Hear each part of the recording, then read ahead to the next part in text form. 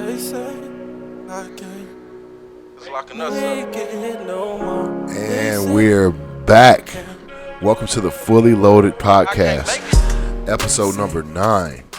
Today we have with us a very special gentleman, a gem to our community, Mr. Christopher Watts. He is the founder and the CEO of the Kindness Campaign in Chicago, Illinois. I'd like to first thank him for joining us and thank you for all the hard work you do and all selfless programs you do in the Chicago communities, especially on the South Side. Like I do with all of my guests, would you mind just telling the people a little bit about yourself and what you have going on? All right, and thanks for having me out and asking that question. My name is Christopher Watts. I was born in Chicago, raised in East St. Louis, moved back to Chicago at the age of 13, lived on the South Side with my grandmother, went through college and grad school, got a good job right after grad school. That was around the time when Obama took office. I read his book, mesmerized, stopped working in human resources and became an AmeriCorps worker as a community organizer on the south side of Chicago. I thought I was following in his footsteps. And that just changed my whole trajectory in life. And over the course of about 8 years, I worked in various workforce development roles, helping individuals find employment, specifically individuals with a criminal record.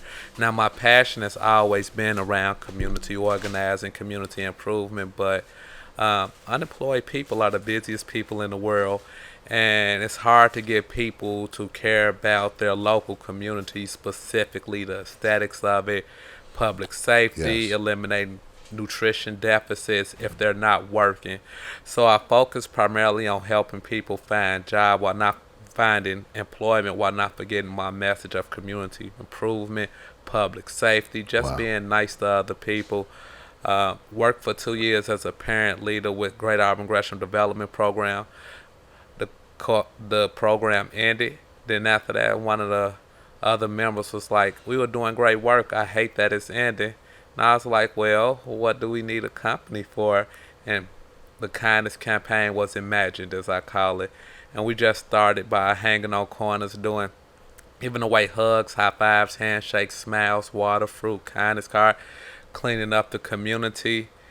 We was paying for this out of pocket, and then people started joining and people were donating. Then it got bigger. So I would always say I'll never, be an organization 501c3, but I started getting so many donations and so much support that I didn't wouldn't want the IRS to think that I was committing tax fraud by not reporting stuff. Yes. 501c3, and it just kept growing and growing. Right now, the outlook is great. Nothing that I've even imagined. Wow. I'm often asked, "How did you get this?" and "How did you get started?" Just started. I just did it. I'm not fond of the concept of getting your ducks in a row. Just do it. Yes. When you do good, other people will see it and join you, and then it'll go from there. Right Yes. now, we got school-based programming. We're looking to acquire a building for a commercial space in the Grand Crossing community. Just got our first grant for eliminating nutrition deficits on the south side of Chicago. Wow. Things are just bright, and like I said, I wouldn't have imagined this 3 months ago. Right Wow. now, everything that happens with the kindness campaign is not plan. It's no strategic plan. We just go out and do good, and then people come support.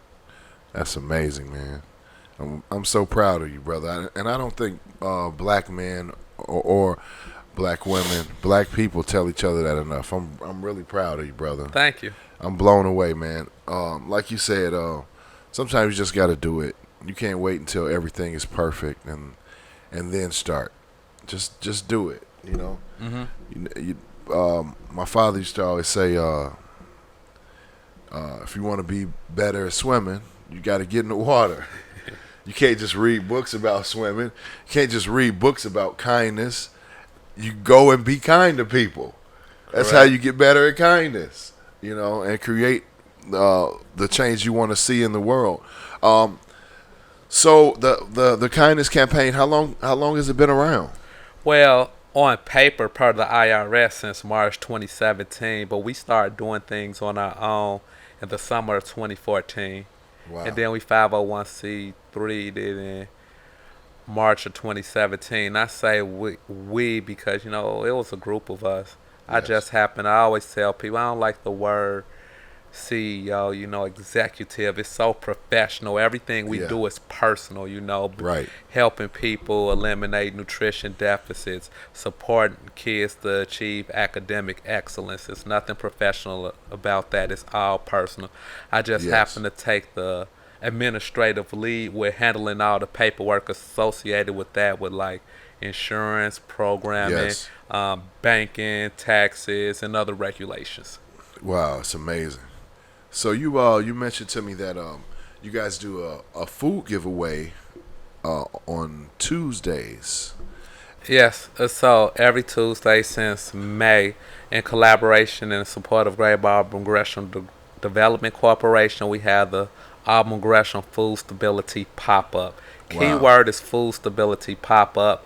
We stay away from the word giveaway because it just sounds so dehumanizing. Like when you see the Yes. word giveaway, there's a certain type of connotation that comes with that. We're treating everyone with dignity and respect. Over 1,000 families will receive over 50 pounds of food, 24 pounds of meat, 25 pounds of mixed produce, and then other perishable items such as rice, walnuts, cereal. I always like to share with people that I don't really encounter starving people. I encounter hungry, but more so malnutritious. When I look at the COVID-19 numbers in Cook County, over 50% of the deaths are African Americans. African Americans make up about 20% of Cook County. That's due to our inability to fight off diseases that come from the food deserts that we have. Um, Maybe some of the bad food choices that we've consumed, plus a lack of exercise. Over the past few years, that's been addressed. We've had a Mariano's pop up, a Whole Foods over in Inglewood. Farmer markets started coming to the south side of Chicago a few years ago. Yes. Um, I've seen some of that. Yes. on top of that, healthier food without the pesticides, the gitmos, those cost more. So not only, I don't think that we're necessarily giving food to people who wouldn't ordinarily eat, but we're providing them with food that's packed with the vitamins, minerals, and nutrition to help them prosper and be strong, healthy people, to fight off disease, to not have highly processed foods that affects their decision making, that makes them tired, sleepy, or grumpy. Wow, and that's often overlooked. All food isn't good food, and all calories aren't created equal. It's not. I did the keto diet not too long ago for 3 months, and getting off of white sugar was the hardest thing I ever did in my life. Yes. I remember the first week I was sitting on my couch in the cold sweat, just, man, I need a cookie. It was Yes. very, very hard. And when I think about the way my body might feel after I drink some pop or eat a cookie versus if I don't, my Yes. ability to sleep, how I feel, how Yes. I think. Uh-huh. It's hard. I don't like to suggest that people shouldn't do anything. People are going to do what they're going to do, but we got to make better decisions to make sure that we're not doing it in excess that is our detriment. Yes. Yes. And like you said, with the keto diet, I've definitely done the keto diet for months at a time. The first time I did it, I didn't know what I was doing. I just was eating a bunch of salad and with cheese and meat in it. That's all I ate, the same meal every day, and the weight just started falling off. But on top of that, I felt better, Yeah. and that's more important than losing weight. But Correct. when you feel good, you look good, and right, and when you eat right, your body composition is going to change. But like you said, you know, people in our community, they just want a meal, right? But they don't really understand, right? You eat that big bag of chips with a pop, your hunger's gone, but there's something crazy going on in your body. You spiked your insulin, your blood sugar is through the roof, and as you mentioned, and if you would speak on it a little bit more, that can lead to behavioral issues Correct. from children all the way up to adults. Hmm. You know, so yeah. If you wouldn't mind, could you go into that just for a second? The effects of food on behavior. Well, I can't explain it the proper medical way, but Right. what I've read, what I've been advised is that it messes with our the chemical balance in our body. That make a person more hyper. It makes a person have more energy that's channeled in a manner that might not be best for them at the time. Hard to sit down, hard not to keep talking. Maybe a student got to keep moving, the pencil, right? Got to move something, got to have some attention on them. That affects people. And you notice that I taught school for 2 years, and so I noticed that the children who tended to bring more healthy choices to school had a bit different of a behavior pattern than children who didn't. And I think that also just ties a little bit into the parenting, because that parent is making better decisions. They're trying to put better decisions onto their children. But in general, I think our food choices and our nutritional education is just completely almost non-existent. It's like just eat, make sure it tastes good, and eat till you get full, and then eat again. It's like, Well, we were lied to. I think about when I came up in school and they Yes. told me milk does a body good. Oh, When I boy. look at it now, that was a lie. I was It was a lied lie. to. Drinking milk, dairy milk from a cow, it's not good for the body, It's not. right? But when you have limited resources, specifically monetary, yes, you're crunched for time, you Yes. typically go to what's near you. And when I'm thinking about stores that sell better, having more selections on the south side outside of Hyde Park by the University of Chicago, they've always been good. But Yes. outside of there, before Mariano's, Whole Foods, and the park, and the farmers markets, which I'd say started coming south in 2012, what do we have? Jewel was the grocer. Dominic's was the grocer. yes, Aldi, even though they sell mostly organic now, they just started doing that. When I Yes. even look at a Jewel, what they sell us on the south and the west sides is completely different. If you go down at 550 North State, 370 North Des Plaines, over on Roosevelt and Wabash. So even with years, our most known and major grocers sold us different types of foods depending upon where you lived. And the options was just different. It's like, how far am I going to travel to go to the grocery store? Yes. Then when you look at these smaller neighborhood grocers, we're talking about maybe 1,200 square feet. And inside of that, with groceries, they're also selling some white teas, some cell phone products, and no telling what else. no telling. Right.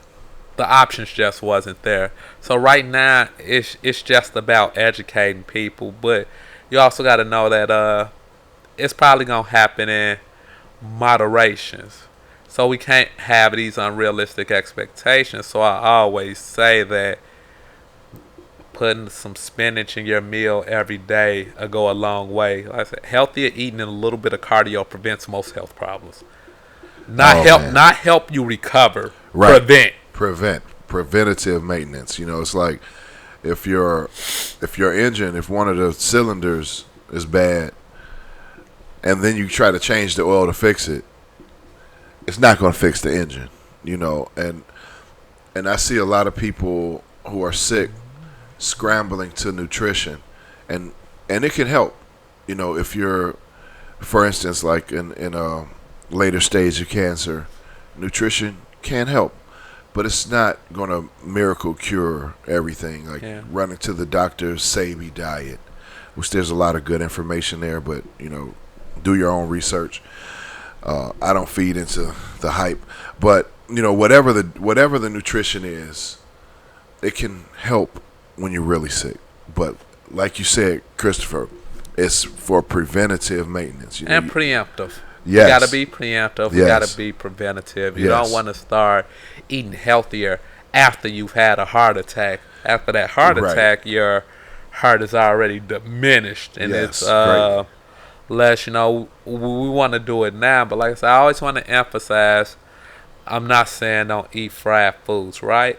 right, But I kind of use olive oil instead of grease or vegetable oil. right, Uh, I drink almond milk instead of dairy milk. right. And if you're using flour at all on that fried food, try almond flour Hmm. or coconut flour. That way you're not taking in all those processed carbs. Correct. You know, and which spike your insulin.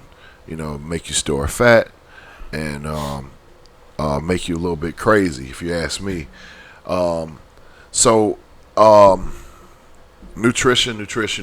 I just want to touch on one more thing before we start talking about the Saturday team up for cleanup with the nutrition. You know, you walk into the grocery store and you see a big box of noodles for $2.25, and then you see a pack of asparagus for $2.99. You know, we're more inclined to get that 12 pack of noodles. Correct. You know, and it's understood. And I've been in that situation, been a young parent, and been shoving noodles and pasta and all the other things down my kid's throat. You know, the processed cereal, high in sugar, milk. But since then, I've weaned myself off due to a re-education. But it's kind of hard to get out of that cycle. And number one, somebody has to tell you. You have to be aware of it. Because, and I'm kind of going into a rabbit hole, but you're looking at your kids. They're happy. They're healthy. They're not morbidly obese. So you feel like what I've been feeding them is fine. You know, they look fine to me, but there's stuff going on, you know, underneath there, and they grow up on that stuff, and then you're also training them that that's what you feed kids, and you grow up eating the same thing, you know, pancakes and noodles. Okay, so I'm glad you brought that up. Like I said, steps. You got to Yeah. meet people where they're at. True. I always like, and I want to just share that there's no correlation between the shape and the health. You could be 5'10", Thank you. 150 and be unhealthy as I don't know Thank you. what. Right. At the same time of being 5'10", 250 and being healthy. Yes. Suggestions, with the noodles in a pack with all those preservatives that come Oh, with the boy. sodium. Why not just get a pasta maker one time? Pasta and warm bread. I can eat that every day. That's my Achilles Yes. heels. But I don't eat the noodles and that type out of a bag that you just throw in water. Right. Asparagus, that might be more acquired. I think if you grew up a certain way, Yeah. it'd be easier to take spinach in doses and True. broccoli as well. That's a little bit cheaper. True. Like I said, it's just getting to that point where we're not always working from behind. That's the economics of it. With more groceries probably coming to the south side eventually, and I'm talking about multiple years out. As you know, as we're creating more welcoming communities, the prices go down. Now it's a lot higher now because it's not that much competition. But when you got more people, those prices have to go down because they have to Yes. compete for customers, and you can't easily just go somewhere else. Which is why I've noticed that Jewel downtown on displays, and there's a lot of options downtown. It could be cheaper than Jewel on 87th and the Dan Ryan. That's the number one thing. Two, you got organizations like myself that's serving a stopgap. So like I said, every Tuesday, 79th and Halsted, 7908 South Halsted, we giving away food, which includes 25 pounds of mixed produce. That's a lot. I That doubt is. if most people could eat 25 pounds in 1 week, That's let alone amazing. Wednesday every week. Every other Friday, sometimes every Friday out the month, we do what I call a pop-up kindness cupboard grocery grab. black on black kindness in the community. Just this past Friday, we were set up on 69th and Halsted. We had the mixed produce, we had boxes of meat, we had lettuce, we had Greek yogurt, we had a number of things out there for free. Wow. There's a number of organizations that do that as well, that's doing great work out here as well.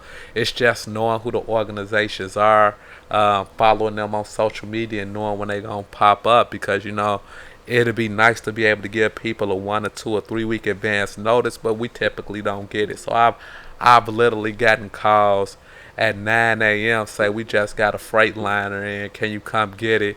I quickly go get a U-Haul, drive out to one of the locations about an hour away, load up about 8 pallets. Need to hurry up and give it away because this stuff got to get in the refrigerator, and just pull up on the corner and start giving it out. Wow, man. And that happens quite often for us smaller organizations like myself.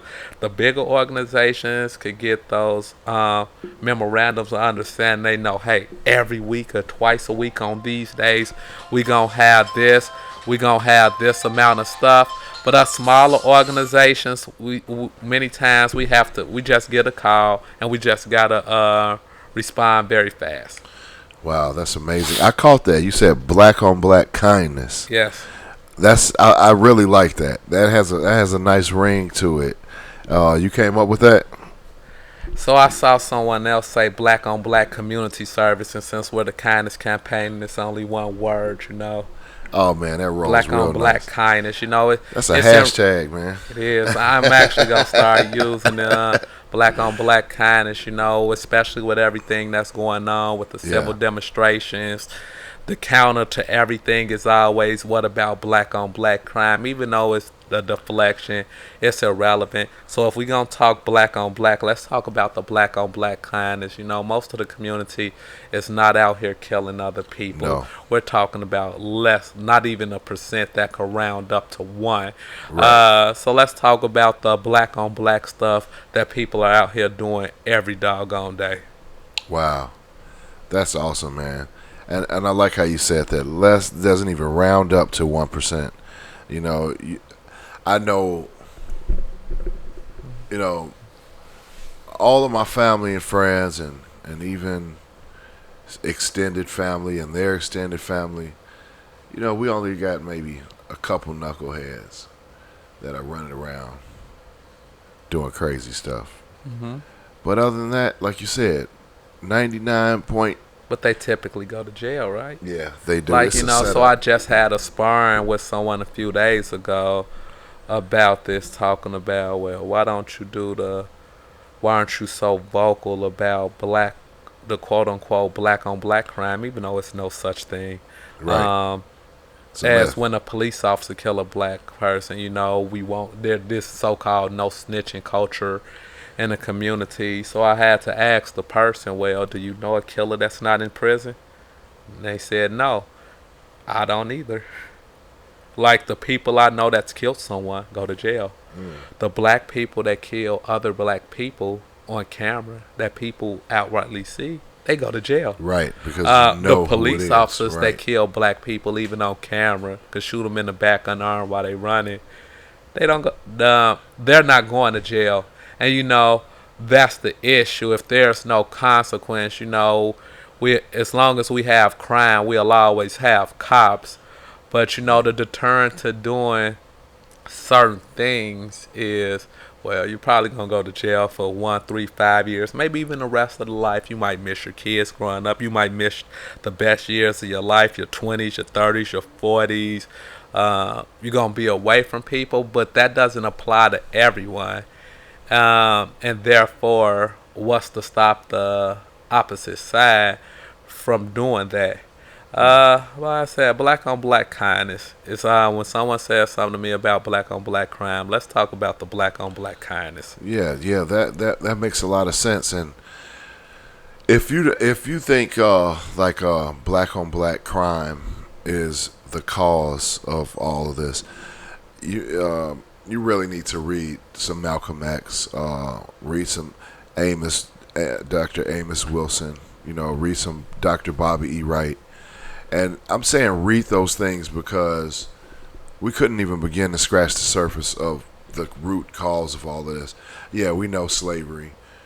We know we need a break, but people still try to make it into our fault. I beg to differ on the reading, and Okay. it's simply because people that say black on black crime and try to use that as an argument to something, either they're racist or they're ignorant. Now, Thank if you. they're racist, you can't educate or train or rationalize racism out of someone. It's not going somewhere. Someone was Great telling point. me to have a conversation with some white people, and I was like, well, first off, not all white people are racist, but even with that, on paper, white people are the most educated people out here, on paper, right? Right. What can I educate them on? Wow. On paper, they're more educated than the rest of us. Wow. If it's someone who's just ignorant to the ideal, there's so much base that has to come from a level of critical thinking, compassion, the ability to exercise independent judgment, or express a wide degree of creativity and latitude. I just highly doubt if someone who would use black on black crime and they're not racist but rather ignorant have the capacity to read some Malcolm X or anyone else, grasp it and make a change. So we'd have to send them back to ABE, What's that? adult basic education, to help them with their critical thinking, Gotcha. the ability to exercise independent judgment, some comprehension skills. I like how you said that, right? Because a racist person doesn't want to hear none of that crap. They already Right. know. And then I think about myself, right? I was raised in the church, and I was indoctrinated into a lot of things. So as I came out of that, I still believe in God, and I still believe that most religions have lots of truth in them and are worthy of being studied. But I came out of that dogma, and I think of my old self, and I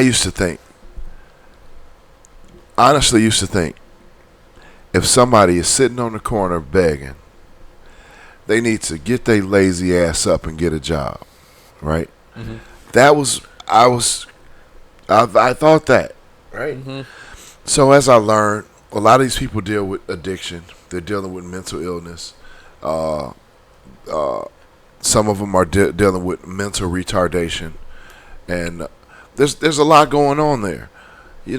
Out of all the homeless or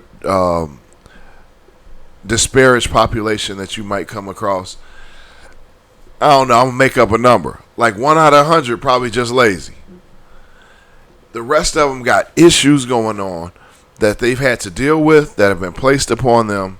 Nobody asked to be born, and you think about like the crack epidemic, like you said, food deserts, unemployment, nowhere to grow your own food.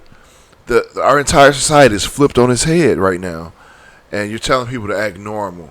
So I just like admire what you're doing so much, and we need more of it. More black on black kindness. You should see some information on the screen, some links down below. You have a website up? KindnessEveryday.org. KindnessEveryday.org. You see that on the screen, and the link is down below. I can't make the link on the screen yet because I don't have enough subscribers. So go ahead and subscribe so we can make it easier for you to click on these awesome things. Please donate. All donations are welcome.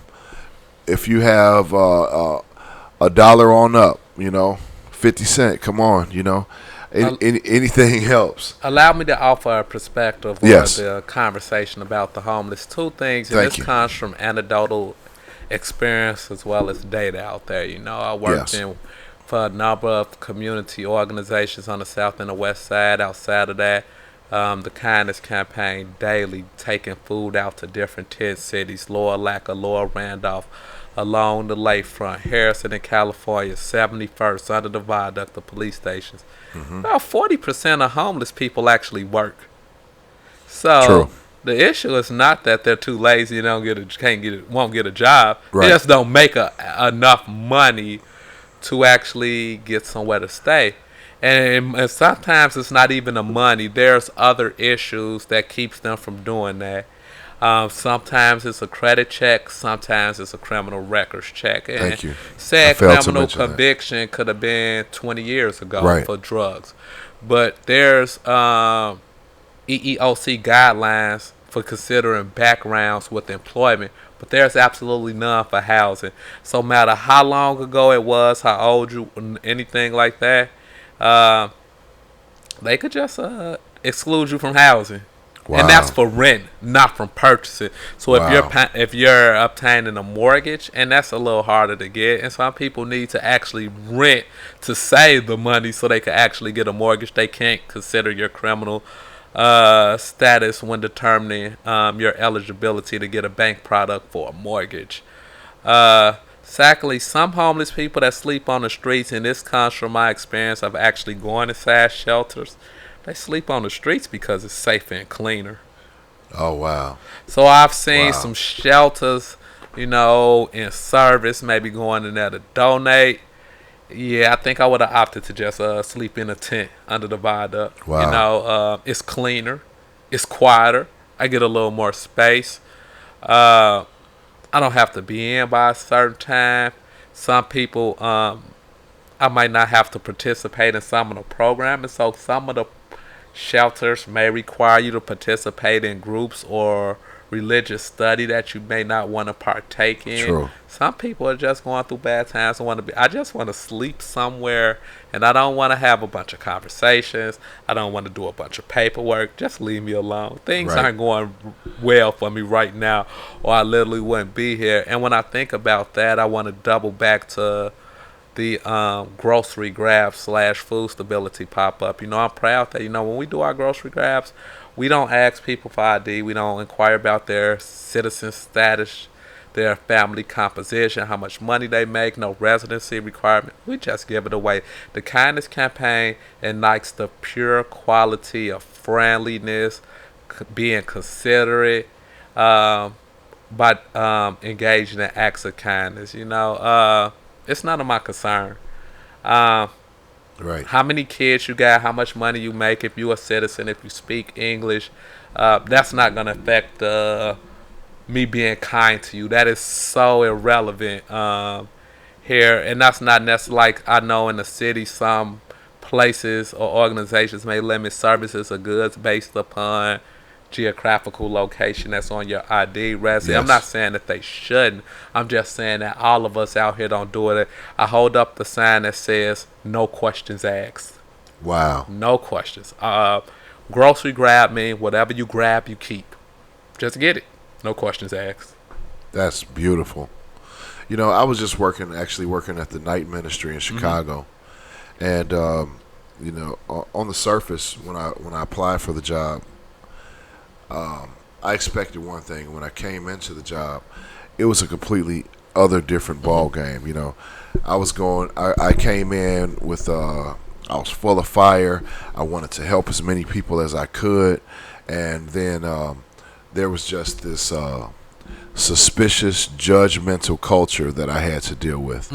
And people say don't speak bad about your ex-employer. I'm just being real. There's no animosity. I'm just speaking the truth. You can Google know. bad things about every Yeah, company. I'd rather do what you did. And every year for the last few years since I've given up Christmas, I've gone out and given things to the homeless and just done what I could, and it felt great. But I'd rather, instead of living in that, having a company making me feel small, and a company who treats the clients, and I'm not talking about every single individual, but overall, there are certain individuals that treat the clients like they're less than. So when you said that, no questions asked, that gave me a warm feeling, man, because people have pride, and they have, no matter where you're at in life, no one should treat you like you're the scum of the earth, unless you are. Okay, you know who you are. but most people are good people, and I've come into that mode of thinking. Right, no matter where you're at, whatever your level is, you deserve to be treated with some dignity, so that no questions asked, man. Come get what you need and get treated like a human. That's beautiful. That's so beautiful. Well, I have about 18 at promise young adults, and I'm gonna emphasize again with the word. I stay away from the word at risk youth. After they encounter me, they're no longer at risk. Or what was the Deep. point of encountering me? And I lecture to them sometimes so they can have the right mindset. I let them know when we do these grocery grabs, not a single person asks us to come here and do this. When we do team ups to cleanups, we're creating welcoming communities. We're making community more, we're increasing public safety.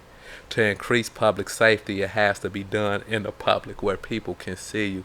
No one asked us to do this, right? Right. So anyone who joins us, hunks their horn, come and grab some groceries, any of the kids who participate in the school programming, they're doing us a favor. They didn't ask us to be here. Right.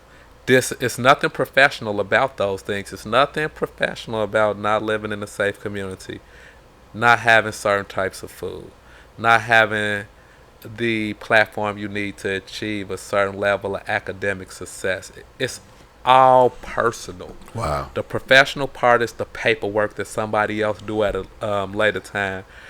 They're doing us favors. They're allowing us to serve us.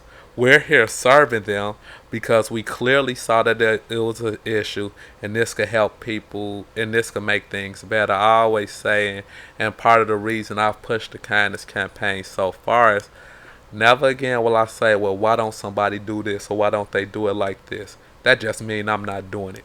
Do it yourself. It starts with you, and it starts with one, and typically everything started with one person just doing something in the sense of making impact in the community. I don't necessarily have goals and say I got to get to 1,000 people. I get what I can, and I make the impact that I can.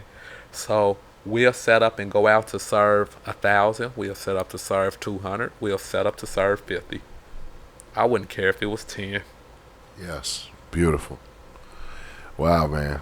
So if you're hearing this, and you've always wanted to help somebody, you know, what he's saying is you can do it too. Yourself. Yeah, you could do it yourself. You can also donate and volunteer for the kindness campaign and come out and help.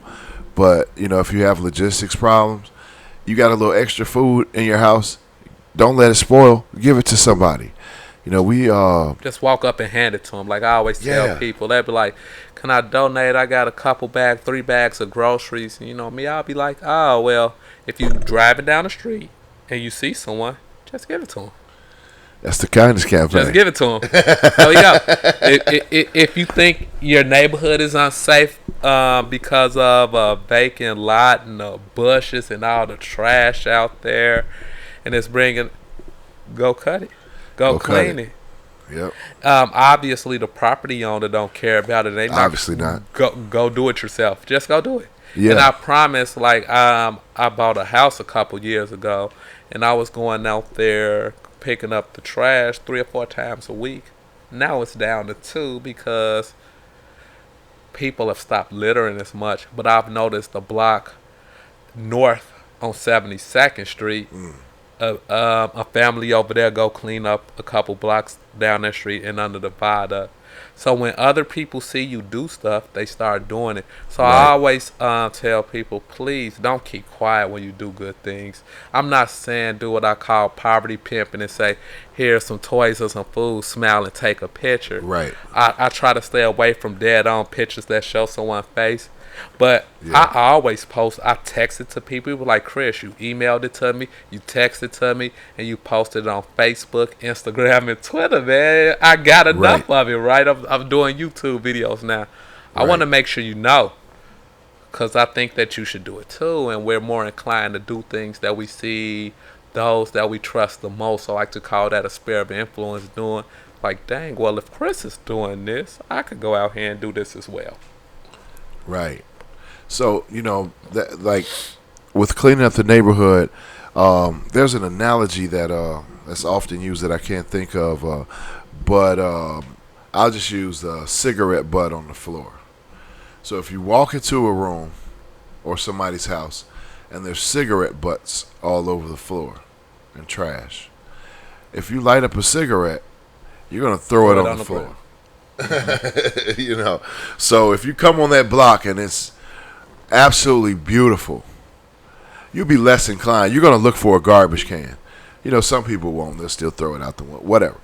But most people are gonna look for a garbage can. But if you come on the block and there's garbage and trash everywhere, you're gonna be more inclined to just throw it on. But not even just that, when you Yeah. got cleaner blocks, and I'm not even talking about with a pretty landscape. Yeah. Clean to the point of well kept. You might put a plant in the front of your house, let someone know you. People are less likely to loiter and hang and do some of the vices on that block as True. well. Something as simple as keeping your block clean lets other people know that we care about this right here. Yes. That right there, what you're doing, some of them vices that might compromise everyone's safety, make me worry about letting kids play around on the front. Can I park my car on the front, or do I got to go put it in the garage? I like to just pull up and go in the house. I hate too. bagging in there. Yeah. I hate it. Then opening more doors. Yeah. It sends a message all around. So, like I said, Team Up to Clean Up has more to do with public safety and creating a welcoming community, more than just the fact that I just like stuff to be clean. Team Up to Clean Up is on Saturdays. Is there 10 to 12. from 10 to 12, and you can find that information about that on your website. On our Facebook page. That's what I update the most because there's so many different things that's just popping up like that. This past Saturday we did from about a mile in Greater Grand Crossing, 71st and Cottage to 71st and Woodline. Then we went up to 73rd Street. Then we went over east some more, 2 more blocks to Kimbark. Wow. This week we'll be under the viaduct right there on 76 in South Chicago and Woodline. It's real icky right there. Yes. We gonna bring them bushes down. We gonna cut that grass. We gonna push all that broken glass and dirt and get all of that up. People gonna feel comfortable walking through there, riding a bike through there. I might just put a light under there. Wow, man. That's awesome. So every Saturday, that information is updated on Facebook often. The Facebook link is in the description. If you want to help, reach out. And so how's that work, though? If somebody wants to help, they go on the Facebook page, see where it's at and show up. See where it's at and just show up. That's what I was assuming. Just show up. So the link's down there in the description. We are talking with Christopher Watts of the Kindness Campaign. All of his information is down below. We could talk about this all day, and there's a lot of things that we didn't get around to. But looks like we are out of time. I would like to thank you, Mr. Watts, for coming on the show. Thanks for having me. Oh, man. And hopefully sometime soon we could bring you on again. I would like to come out and participate and maybe film some things, man. You got a story that's documentary worthy. You know what I mean? Do it. Yeah. The more people that more know, the more people that'll be empowered to do it. I recently had someone, hey, you mind if I duplicate what you do? I wouldn't want someone to think that I'm stealing your idea. Look, if someone won't copy what you're doing, you're not doing anything well. Being nice, being kind, that's not something I could own or possess. It's to be shared with everyone to benefit everyone. I feel good when people copy off of me. That means I'm doing well. If no one want copy you or critique you, you're probably not doing anything well. Wow. Yes. Yeah. They say imitation is the but Ultimate form of respect. yeah. I Yeah. had to think, and if I ever put the thought into critiquing you, because most things, if I just don't care, I'm not even gonna give it no thought. But if I critique it and suggest it to you in a manner that, hey, this could be more than likely, like I think you're doing good, you might be a little bit off. Um, this is the way to go. Some people could just be haters, though. Just Yeah, gotta yeah. ignore that Yeah. negative energy. Wow. Yeah. I never understood it because I've always tried to be kind. Even when I was a knucklehead teenager.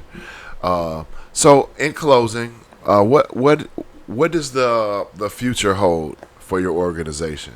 If you could look into your crystal ball, where do you see your organization in 6 months or? I don't know. If you had asked me this 6 months ago, no one could have told you now with the corona. I was telling someone everyone's 5-year plans is ruined. I Yeah. actually thought I'd be in Dubai this month.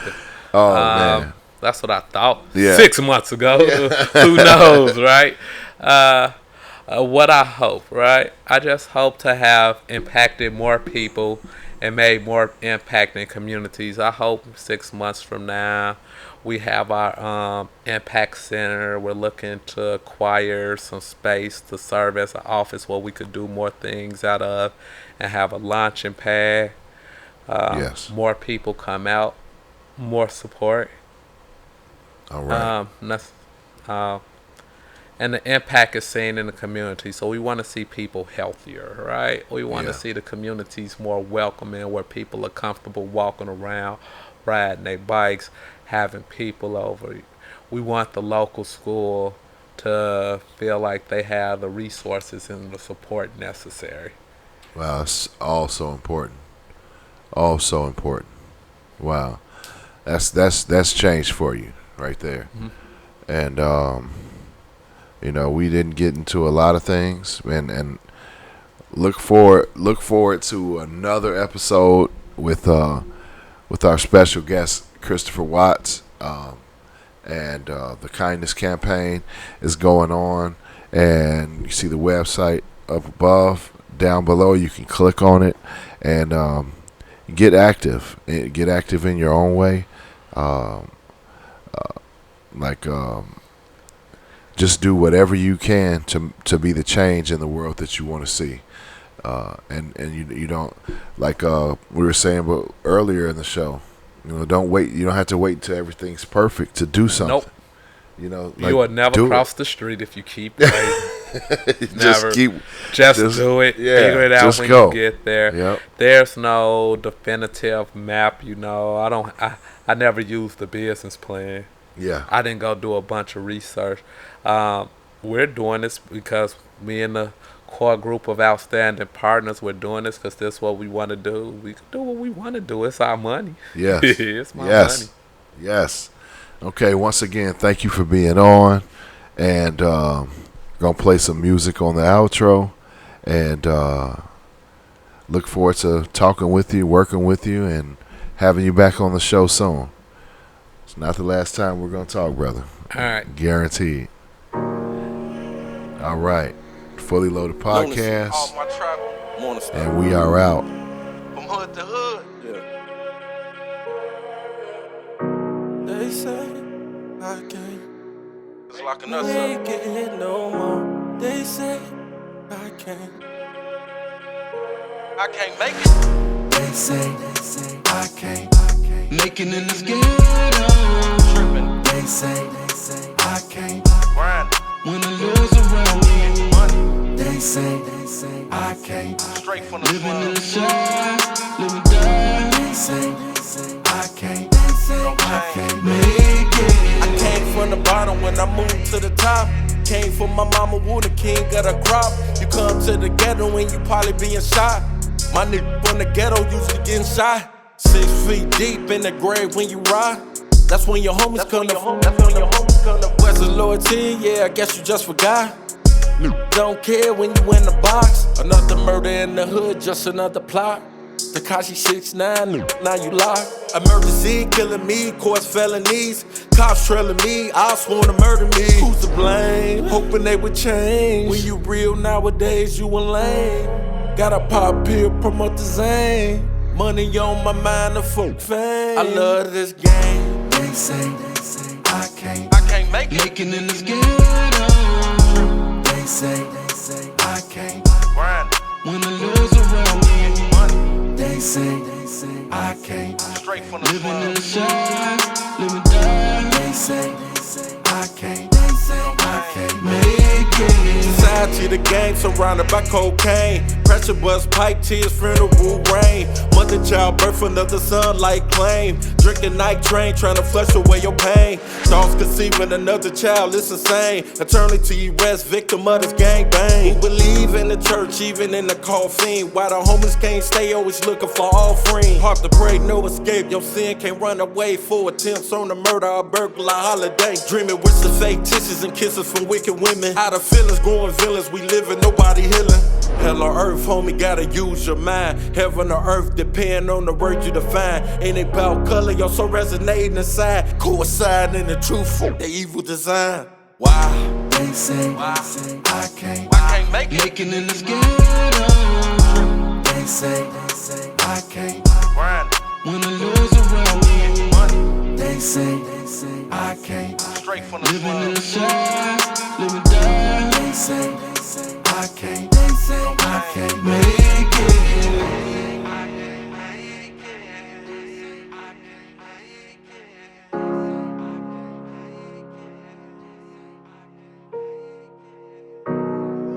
Why they hate? Why they hate? Why they hate?